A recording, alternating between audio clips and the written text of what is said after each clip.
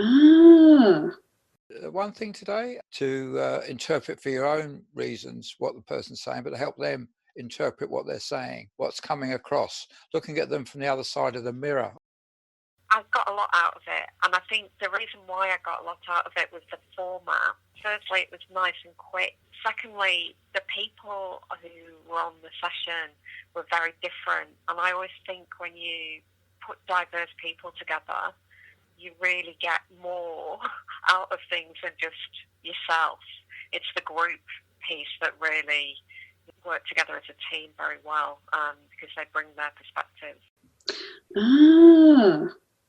The thing that I have learnt today is about the value of removing distractions from the background. I thought that was really cool and something that I hadn't heard of before, so which was awesome. And then reminding myself of where I am by taking 3 deep breaths as well helps me re-engage with the content and listen, be a better listener if I find myself wandering. So really helpful tips. Thank you.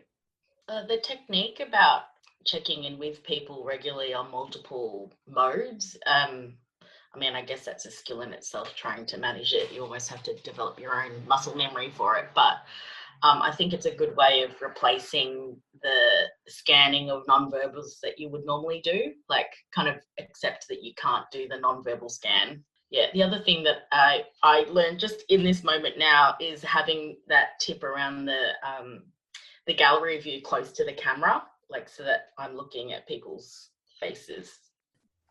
You listen to someone and they say a word that really starts you thinking about something, and you have to try and reel yourself back in to be very focused on hearing what else they've got to say. Knowing that I will listen for the similarities first, but knowing I really need to focus on listening for the differences so that I can better understand who this person is and what they need.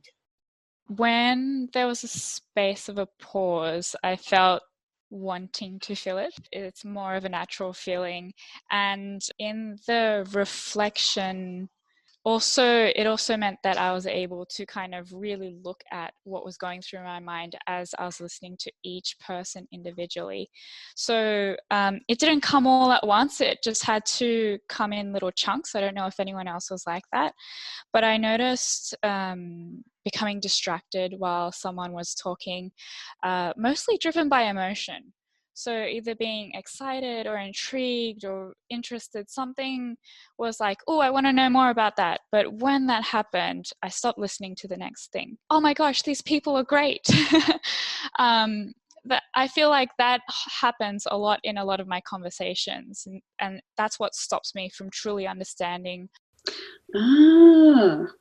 In the reflection, when I was thinking about what potentially would distract me, either externally or internally, I really felt that, sounds or things happening around the area, it doesn't even have to make a sound, but if it was a bird flying by, something as simple as that would catch my attention. So knowing that and understanding it, going into conversations, no matter how serious they are, will help drastically be able to focus on the person. I find that properly focusing on a part of their face helps me focus a lot more. It doesn't really have to matter. Like, I'm not going to look at someone's forehead to wig them out or anything like that. But I find that sort of brings in the peripherals a little bit to help me intrinsically focus without having to really strain. The assumptive thoughts, when someone asks, hey, do you have a moment to have a chat? It would be my role to say to myself, not, oh my God, what's wrong? But, okay, sure, let's go into it together. It would be the how to those conversations. How would you like me to react? How would you like me to be in this situation? At this time, there's a lot of people venting. So asking that up front will help them understand what they want to say. And also it will help me understand what I need to do at the end of the conversation. Help, or just listen, or just let it go. That's something I think will impact a lot of my future conversations going forward. So yeah, it was interesting for me because I went, okay, what have I just done, and how much do I actually recall from what I've heard?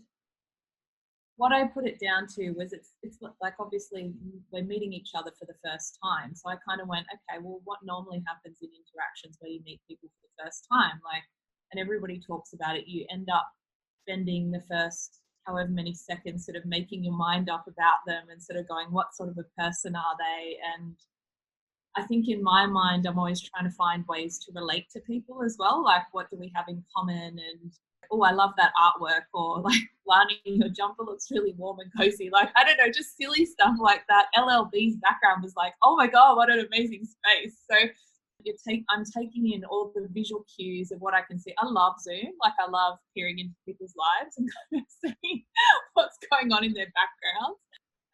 It's easy for me to get distracted like that.